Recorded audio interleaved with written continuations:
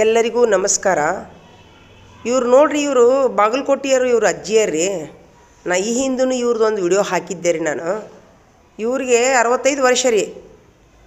ನಾಯಕ ಹೆಸರು ವಾಲ್ಮೀಕಿ ಅಂತೇಳಿ ಇವ್ರ ಹೆಸರು ಏನೋ ಐತಿ. ಬಾಗಲಕೋಟೆ, ಹಳೆ ಬಾಗಲಕೋಟೆ ಒಳಗೆ ದೊಡ್ಡ ಸಾವನು ಓಣಿ ಒಳಗೆ ಐತ್ರಿ ಇವ್ರ ಮನೆ. ನಾ ಇದನ್ನ ವಿಡಿಯೋ ಯಾಕೆ ಮಾಡಾಕೊಂತೀನಿ ಅಂತಂದ್ರಿ, ಇವ್ರ ಅಜ್ಜಿಯರು ಇವರಿಗೆ ಯಾರು ರೇಷನ್ ಕಾರ್ಡೂ ಬರೋದಿಲ್ಲ ಅಂತ, ಸರ್ಕಾರದ ಯಾವುದೇ ಯೋಜನೆಯೂ ಸಿಕ್ಕಿಲ್ಲ ಅಂತ ಇವ್ರಿಗೆ. ಬರೀ ಇವರು ಇಡೀ ದಿವಸ ಕಳೆ ತೆಗಿಯಾಕೆ ಹೋಗಿ 100 ರೂಪಾಯಿ ದುಡ್ಕೊಂಬಂದ್ಮೇಲೆ ಇವ್ರು ಹೊಟ್ಟಿರಿ. ಇವ್ರು ಅಕ್ಕಾರ ಒಬ್ರು ಅದಾರಂತ, ತಂಗಿಯರೇನು ಅಕ್ಕಾರ ಅದಾರಂತ, ಅವ್ರಿಗೂ 60 ವರ್ಷ.